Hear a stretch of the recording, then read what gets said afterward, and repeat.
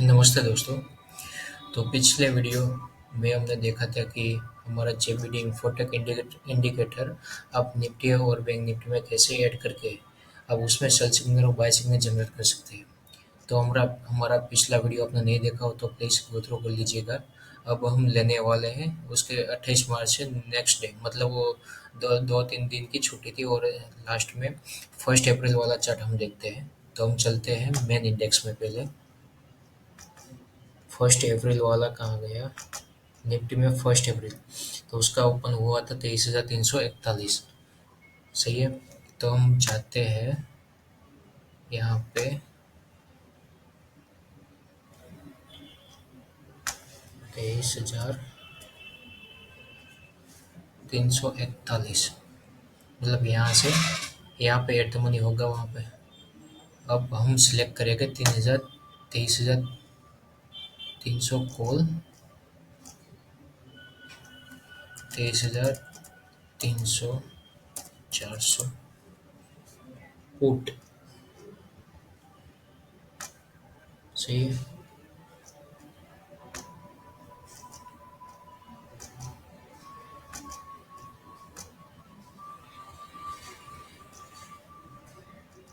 I hope आपको समझ में आ गया होगा क्योंकि क्यों हमने ये स्ट्राइक ली थी। आपको समझ में नहीं आया होगा तो मैं फिर से आपको बता दूँ कि जो भी मार्केट ओपन होते ही आपको दिखाई दे रहा है कि 23,341 यहाँ पे ओपन है। तो हमें क्या करना है कि एक इन द मनी का कॉल लेना है और एक इन द मनी का पुट लेना है। दोनों को वॉच लिस्ट में डाल देने का है। और यहाँ पे हमें हमारा 23,300 का पुट है और 23,400 का कॉल है। तो अब चले जाते हैं। 3 मिनट यहाँ पे टाइम फ्रेम हमें सेट करनी है।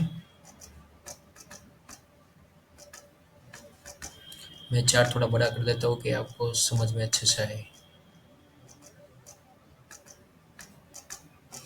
ये 1 अप्रैल है। देखो यहाँ पे क्या सिग्नल आया कि सेल का सिग्नल है। तो किसमें? 23,400 के पुट में सेल का सिग्नल है क्या? तो हमें क्या करना है यहाँ पे?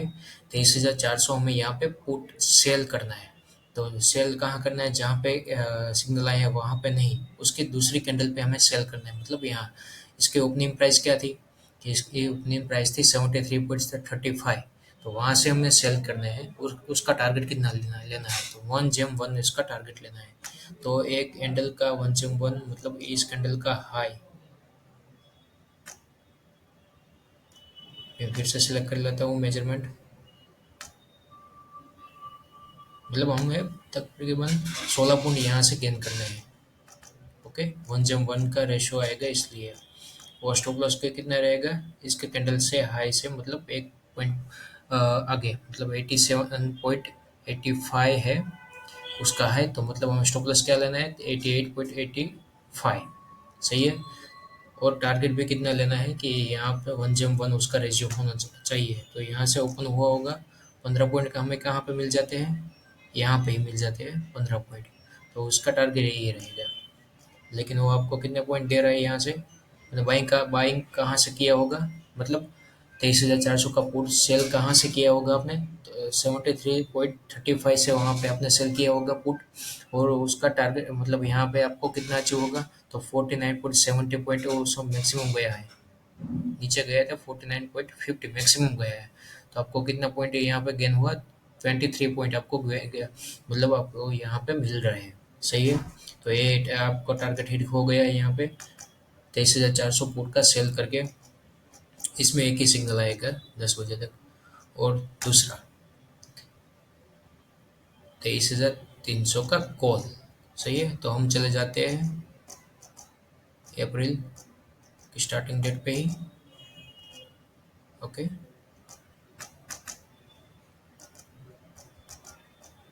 इसको चार्ट को थोड़ा बड़ा कर लेता हूँ कि आपको सही से दिखाई दे रहा है। अब यहाँ पे आपको क्या सिग्नल दे रहा है? पहले बाय का सिग्नल, यहाँ पे ग्रीन आया। तो क्या करना है आपको? कॉल बाय करना है।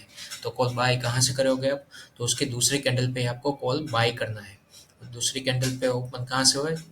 227.65 पे आपको बाय करना है। वो कहाँ तक गया है? उसका हाई कहाँ तक है? 304।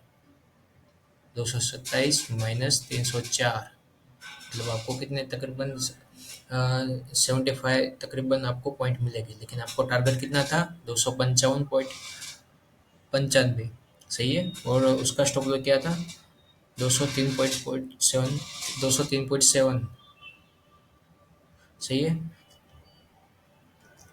इसमें आपको क्या मिल रहा है, टारगेट हिट हो रहा है। आपका टारगेट यहाँ कहाँ पे हिट हो रहा था, इसी कैंडल में आपका टारगेट अचीव हो गया था इसका, इसलिए आपको कितना टारगेट मतलब कितने पॉइंट मिले, यहाँ से हम मिले पॉइंट आपको 33 पॉइंट मिले हैं। लेकिन आप पूरे के पूरे मतलब ट्रैवल्स किया होगा टॉप लॉस, और तो आपको कितने पॉइंट मिलते हैं यहाँ से, तो 75 और 77 पॉइंट आपको मिल सकते थे अगर आपने ट्रैवल्स किया होता तो। ट्रैवल्स कैसे करना है, तो यहाँ पे आपको बाइंग कहाँ से किया था आपने, 227 रुपये से बाइंग किया होगा आपने, तो उसका यहाँ पे गया 240 या 235 पे गया, तो आपका स्टॉप लॉस यहाँ पर ट्रैवल्स करके यहाँ पे रख देना क्या। अगर मार्केट नीचे भी आए तो आपका स्टॉप लॉस और आपको कट टू कट, मतलब जहाँ पे आपने बाइंग किया होगा वहाँ से आपको वहाँ ही आपको स्टॉप लॉस हिट हो जाएगा। मतलब आपका कोई भी 1 रुपया भी ब्रोकरेज और चार्जेस सिवाय कोई जाने वाला पैसा नहीं था वहाँ पे, अगर आपने स्टॉप लॉस ट्रैवल किया होगा तो। अगर यहाँ पे तो टारगेट ही मिला मिला है हमको, लेकिन मैं सजेस्ट करूँगा कि आप स्टॉप लॉस ट्रैवल करें, सही है। ये दोनों में हमको टारगेट मिल गया है। बाद में एक भी सिग्नल नहीं आएगा, हमारा स्ट्रेटेजी है जो इंडिकेटर है वो 10 बजे तक आपको टारगेट मतलब सिग्नल दे देगा। अगर नहीं है तो उस दिन आपको ट्रेड नहीं करना है, सिर्फ आपको पेपर ट्रेड करना है कि ये कैसे किया है हमने, सही है। अब हम देखते हैं बैंक निफ्टी का। तो बैंक निफ्टी 1 तारीख को कहाँ गई थी, कहाँ पे ओपन हुई थी 1 तारीख को, देखते हैं हम। हम्म तो ये ओपन हुआ था 51,178, मतलब 51,200 का हम यहाँ पे ऐड करते हैं 51,200, 24 अप्रैल पुट, सही है। बाद में हम ऑप्शन चेन से जाके हम देख लेंगे। ये हमने सिलेक्ट किया है, यहाँ पे सिलेक्ट करके ही आपको ऑप्शन चेन नज़र में आ जाएगा, ओपन हो जाएगी यहाँ पे ही। तो यहाँ पे कितना था 1 तारीख को 51,200 तकरीबन।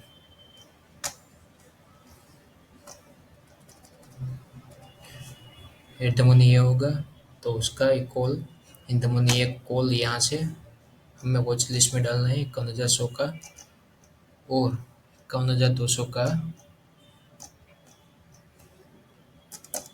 मतलब 300 का पुट यहाँ पे हमें, कहाँ गया ये रहा, हमने वॉच लिस्ट में ऐड किया।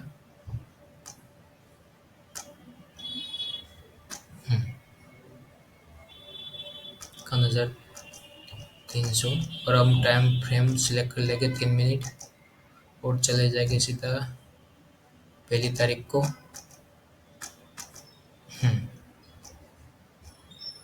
चार्ट थोड़ा बड़ा कर लेता हूँ कि आपको सही से दिखाई दे। मैं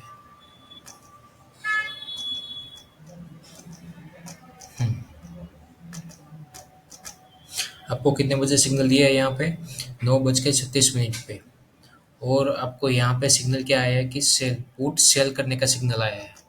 मतलब पुट सेल कर का सिग्नल आता है यहाँ पे, तो आपको वो सेल कहाँ से करना है, उसके दूसरी कैंडल से। दूसरी कैंडल का ओपनिंग क्या है, तो 530 पॉइंट आपका ओपनिंग है, तो वहाँ से आपने बाय आपको पुट सेल करना है 530, और उसका स्टॉप लॉस क्या रहेगा, तो उसका हाई कितना है 542, तो उसका टॉप लॉस और 1 पॉइंट ऊपर, मतलब आपको 13 पॉइंट का ऐसा रहेगा, और 13 पॉइंट का टारगेट, मतलब आपको टारगेट जितना भी आपको ट्रैवल्स करके जितना भी लेना है वो ले सकते हैं। स्टॉप लॉस रखना है, स्टॉप लॉस के बिना काम करना नहीं है। तो आपने यहाँ पे सेल किया कहाँ से किया होगा, तो 530 पे आपने सेल किया होगा, उसका लो यहाँ पे कितना है 485, मतलब आपको अब 45 पॉइंट आपको मिल सकते थे, जो अगर आपने स्टॉप लॉस ट्रैवल किया होता तो, वरना आपको टारगेट यहीं पे अचीव हो गया था 530 पॉइंट पे, 503 पॉइंट पे आपका टारगेट अचीव हो गया होगा। ये पे एक ही टारगेट और एक ही स्टॉप लॉस, मतलब एक ही सिग्नल यहाँ पे आपको जनरेट होता हुआ दिखाई देगा। और हम चले जाते हैं कॉल साइड। बैंक निफ्टी का कॉल कौन सा था? 51,200 का। नहीं, हमें 51,100 लेना था। नहीं नहीं, 51,100 का हमें लेना था। ये रहा कॉल, हमने वॉच लिस्ट में ऐड किया और हम चले जाएंगे सीधा 1 तारीख को।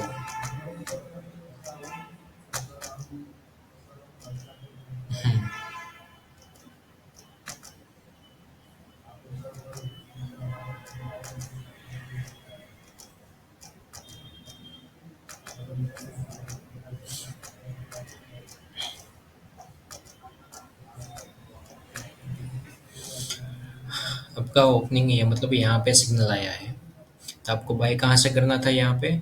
तो इस कैंडल पे आपको बाय करना था। तो बाय कहाँ से किया होगा? तो आपने 1204 पे बाय किया होगा यहाँ पे, मैं एज्यूम करता हूँ। और उसका टॉप लॉस और क्या था?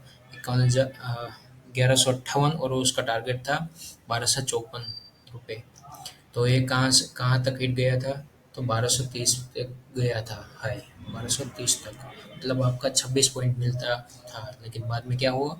वो नीचे आया और आपका स्टॉप लॉस हिट हुआ। सही है। लेकिन आपका स्टॉप लॉस ना हिट हो, तो उसके लिए आप मैंने आपको पहले ही सजेशन दिया था, उसका क्या करना था कि आपको स्टॉप लॉस यहाँ पे 26 पॉइंट तो ऊपर गया था, देखो यहाँ पे। तो आपको क्या करना था यहाँ पे?